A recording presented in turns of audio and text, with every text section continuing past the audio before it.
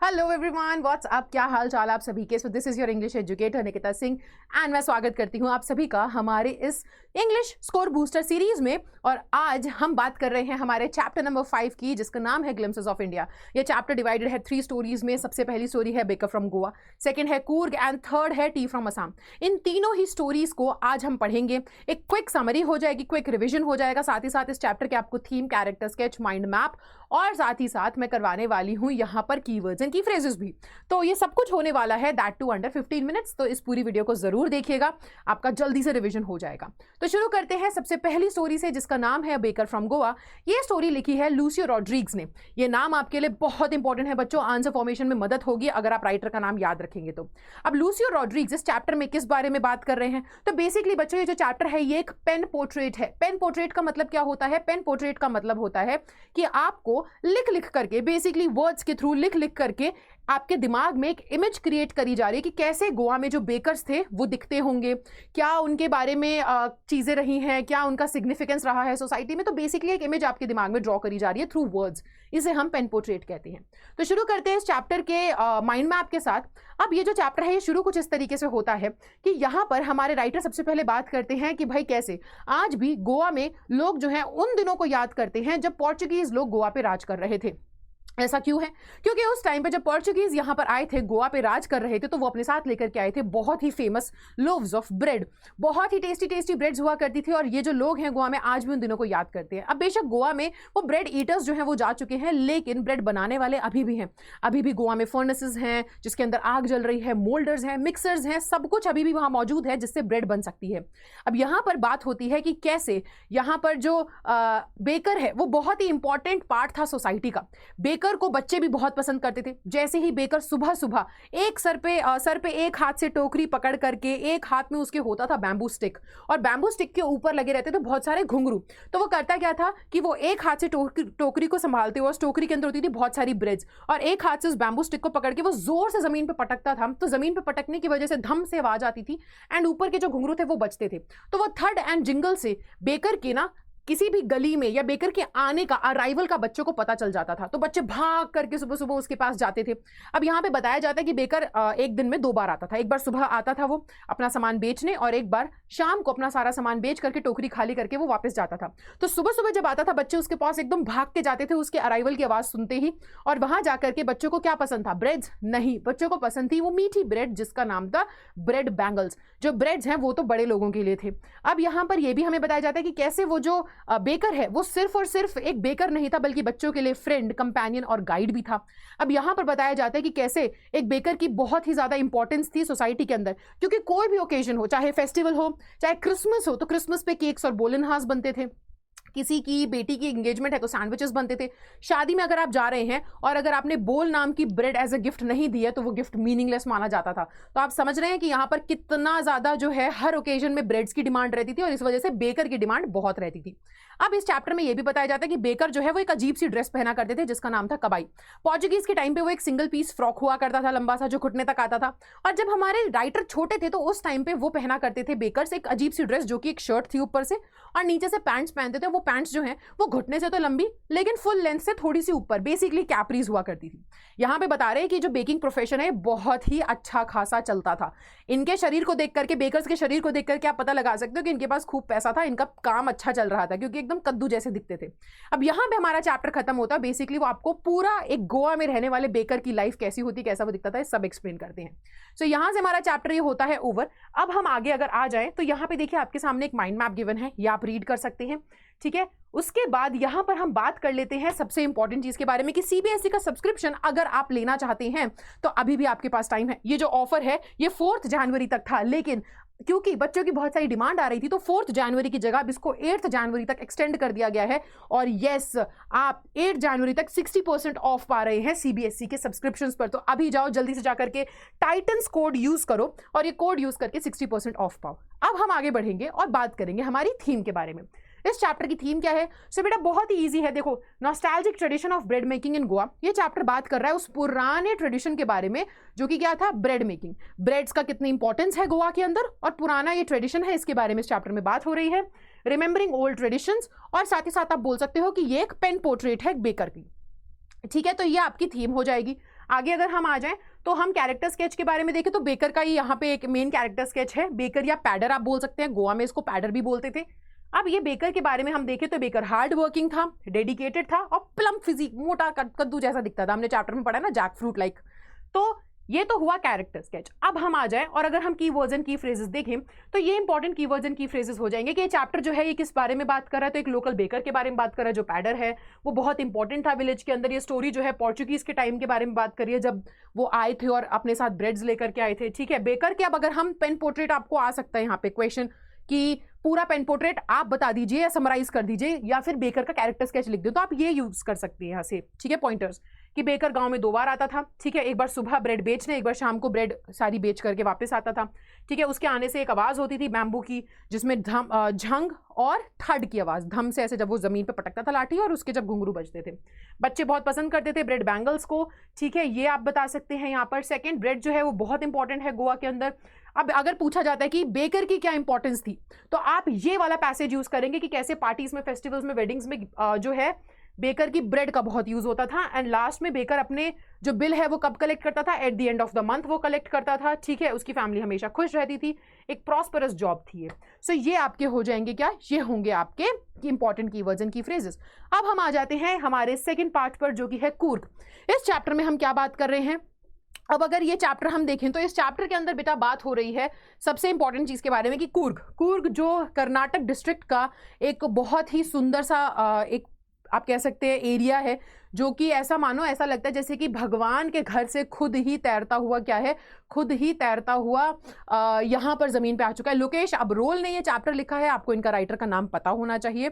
अब यहाँ पर बेसिकली आपको कूर्ग के बारे में बताया जा रहा है, कूर्ग के नेचुरल ब्यूटी के बारे में बता रहे हैं, कूर्ग के लोगों की हॉस्पिटैलिटी के बारे में बता रहे हैं, कूर्ग के लोगों के इतिहास के बारे में आपको बता रहे हैं कि इनका कहाँ से लिंक है, ग्रीक्स एंड अरब्स के साथ इनका लिंक है, ये बताया जा रहा है। यहाँ पर हमारे इंडिया के सबसे पहले जो चीफ हैं, ठीक है, आर्मी चीफ के बारे में भी बात हो रही है जो कि जनरल कैरियापा हैं। सो ये सारी चीजें आपको बेसिकली यहाँ पर देखने को मिल रही है, ठीक है। सो इसका एक माइंड मैप हम देखें तो ये चैप्टर कैसे स्टार्ट होता है, ये बात यहाँ से शुरू होती है कि कूर्ग, या इसका दूसरा नाम है कोडगू, ये छोटा सा डिस्ट्रिक्ट है कर्नाटक में, ठीक है। ये फेमस है कॉफी प्लांटेशन के लिए, रेन फॉरेस्ट के लिए और अपने स्पाइसेस के लिए। आइडियल टाइम कूर्ग जाने का है सितंबर से लेकर के मार्च, क्योंकि यहाँ पर क्या होता है, बहुत ही सुहाना मौसम होता है। दूसरा वो बोल रहे हैं कि जो एरिया है यहाँ पे आपको पहाड़ देखने को मिलेंगे और 30% एरिया, छोटी सी डिस्ट्रिक्ट है, 30% तो रेन फॉरेस्ट ने उसे कवर कर रखा है और आपको यहाँ पे हवाओं में सूंघने को मिलती है, स्मेल आती है कॉफी की, ठीक है। फिर साथ ही साथ बोल रहे हैं कि यहाँ पे कूर्ग में रहने वाले लोगों को हम कोडवू भी बोलते हैं और ये कोडवू लोगों का माना जाता है कि इनका जो लिंक है ना वो कहीं ना कहीं अरब या ग्रीस के लोगों के साथ, ग्रीक पीपल के साथ माना जाता है। क्यों? क्योंकि जिस टाइप के कपड़े पहनते हैं, ठीक है, इस वजह से। अब यहाँ पे हम देखेंगे एक छोटा सा एक्सप्लेन भी किया गया, ये आपके लिए इंपॉर्टेंट है, यहाँ से क्वेश्चन आ सकता है कि कैसे आप यहाँ पे कुफिया कुपिया में क्या फर्क है, एक तो ये क्वेश्चन आ सकता है। दूसरा कि कैसे आप प्रूव कर सकते हो कि इनका लिंक जो है कूर्ग के लोगों का वो अरब लोगों के साथ है, ठीक है, ये आ सकता है आप लोगों से। तो आप ना कुपिया के बारे में बता सकते हो कि ये सेम वैसी ड्रेस है जो कि सेम अरब के लोग पहनते हैं या कर्ड्स पहनते हैं, ठीक है। अब ये जो है ना, ये होती क्या है, एक ब्लैक कलर का कोट होता है, यहाँ पे कमर पे एक बेल्ट होती है एम्ब्रॉयडर्ड, और ये सेम जो ड्रेस है ये पहनी जाती है अरब के लोगों में भी, वो इसको कुफिया बोलते हैं, यहाँ पे कुपिया बोलते हैं, ये आप देखेंगे। फिर उसके बाद यहाँ पे चीफ जो है इंडियन आर्मी के वो भी एक कूर्गी थे। तो यहाँ के जो लोग हैं वो बहुत ही ज़्यादा हॉस्पिटेबल है, उनके पास अपने यहाँ पे मतलब बेसिकली आप ये लिख सकते हैं कि जितने भी लोग हैं उन सबका कोई ना कोई लिंक है इंडियन आर्मी के साथ। कूर्ग का रेजिमेंट ही सबसे ज़्यादा डेकोरेटेड रेजिमेंट है। यहाँ के लोगों को, ये इकलौते लोग हैं जिनके पास पूरे भारतवर्ष में अलाउंस है, अलाउड है इनको कि वो बिना लाइसेंस के भी गन्स रख सकते हैं, ठीक है। सो ये आपका एक इंपॉर्टेंट पोर्शन हो जाएगा। फिर देखिए बहुत हॉस्पिटल है, यहाँ पर जो नदी बहती है वो है कावेरी, वहाँ पे आपको बहुत सारे अलग अलग मछलियाँ देखने को मिल जाएंगी। फिर यहाँ पे बहुत अलग अलग एक्टिविटीज़ हैं करने के लिए, रॉक क्लाइंबिंग हो गया, ट्रैकिंग हो गया, बाइकिंग हो गया। यहाँ पर आप अगर एक निसार गद्धमा जो है, आप अगर आप जाते हैं तो वहाँ पे आपको बुद्धिस्ट मंक्स की एक बहुत ही बड़ी सी सेटलमेंट भी देखने को मिलेगी। तो ये सारी चीज़ें आप यहाँ पर देख सकते हैं। सो बेसिकली ये एक इन्फॉर्मेशन वाला मतलब चैप्टर है, इन्फॉर्मेटिव पीस ऑफ राइटिंग है ये, ठीक है। सो ये तो हो जाएगा बेटा आपका चैप्टर का एक क्विक माइंड मैप। थीम पर अगर हम आ जाएं तो थीम किस बारे में बात कर रहा है, इस चैप्टर में नेचुरल ब्यूटी के बारे में बात हुई है, कल्चरल हेरिटेज की बात हुई है और साथ ही साथ ब्रेवरी एंड वैलर, कि कैसे कूर्ग के लोग बहुत ही ज़्यादा ब्रेव होते हैं, उनका कल्चरल हेरिटेज क्या है और वहाँ की नेचुरल ब्यूटी के बारे में बात हुई है। अगर अब हम आगे बढ़ें तो यहाँ पर जो कीवर्ड्स एंड की फ्रेजेस इंपॉर्टेंट हैं वो ये हैं कि यहाँ पर आप सबसे पहले बताएंगे कि ये कूर्ग जो है वो किस लिए फेमस है, कॉफी प्लांटेशन के लिए, रेन फॉरेस्ट एंड स्पाइसेस के लिए, कौन सा बेस्ट टाइम है जाने के लिए, सितंबर टू मार्च, ठीक है।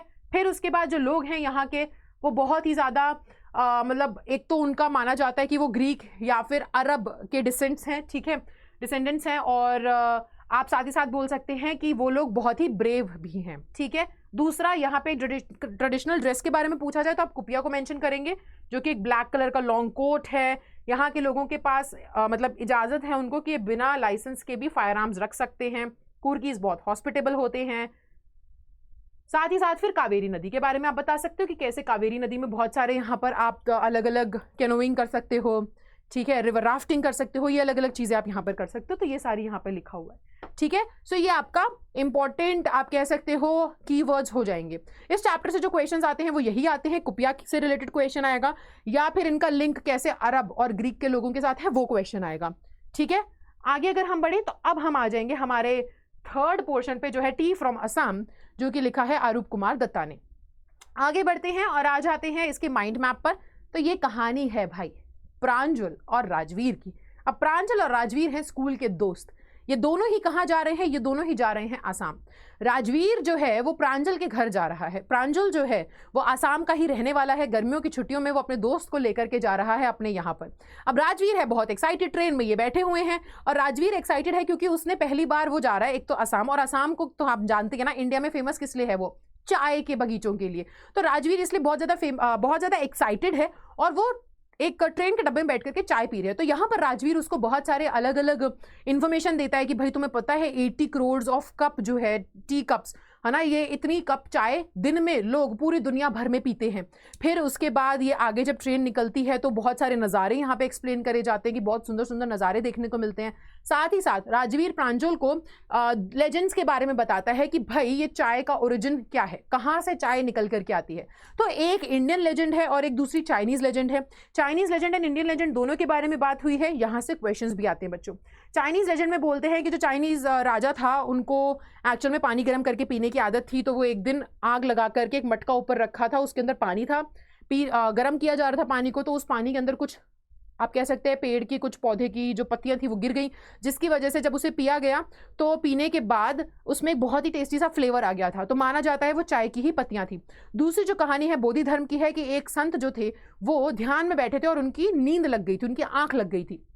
तो इस वजह से उन्होंने जो अपनी आईलिड्स हैं वो काटी और उन्हें ज़मीन पे फेंक दिया। जैसे ही ज़मीन पे फेंका तो वहाँ से 10 चाय के पौधे जो हैं वो उग गए थे और उनके पौधों की जो पत्तियां हैं उसको उबाल करके पिया जाए तो वो नींद भगा दिया करते थे और बहुत ही डिलीशियस सा फ्लेवर आता था। तो कहा जाता है कि वो भी क्या थे, वो पत्ते जो थे वो चाय के ही पौधे थे।